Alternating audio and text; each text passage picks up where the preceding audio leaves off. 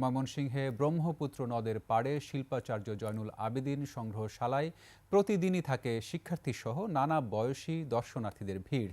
গুণী এই শিল্পীর শিল্পকর্ম দেখতে পেয়ে যেন দারুণ খুশি তারা। তবে সংগ্রহশালাকে আরও আধুনিকায়নের দাবি দর্শনার্থীদের। এখন যে কোনো ব্র্যান্ডের পুরাতন এসি বদলে নতুন ওয়ালটন এসিতে উপভোগ করুন 25% ছাড়। ময়মনসিংহ বিভাগীয় প্রতিনিধি আতাউর রহমান জুয়েলের তথ্যচিত্রে ডেস্ক রিপোর্ট। বৃহত্তর ময়মনসিংহের কিশোরগঞ্জে ১৯১৪ সালের ২৯ ডিসেম্বর জন্মগ্রহণ করেন আন্তর্জাতিক খ্যাতিসম্পন্ন চিত্রশিল্পী শিল্পাচার্য জয়নুল আবেদীন। তার জীবনের বড় অংশ কেটেছে ময়মনসিংহ শহরে। ব্রহ্মপুত্র নদের সাথে এই চিত্রশিল্পীর সম্পর্ক গভীর, যা তার সৃষ্টিকর্ম থেকে সহজেই বোঝা যায়। শিল্পাচার্যের এসব সৃষ্টিকর্ম নিয়ে ব্রহ্মপুত্রের কোল ঘেঁষে নির্মাণ করা হয় জয়নুল আবেদীন সংগ্রহশালা।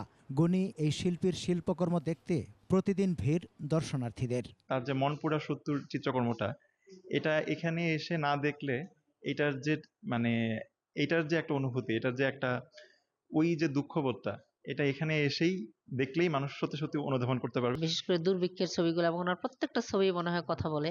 এখানে দেখতে পারছি আমরা খাট আছে, তার ব্যবহার করা পোশাক আছে, এগুলো নতুন। এখানকার শিল্পকর্ম দেখে ভালো লাগলো, যেহেতু আমরা প্রথমবার আসছি। সংগ্রহশালায় রয়েছে শিল্পাচার্যের অনবদ্য সৃষ্টিকর্ম। তার চিত্রকর্ম দেখে অনেকে উদ্বুদ্ধ হয় চারুশিল্পের চর্চায়।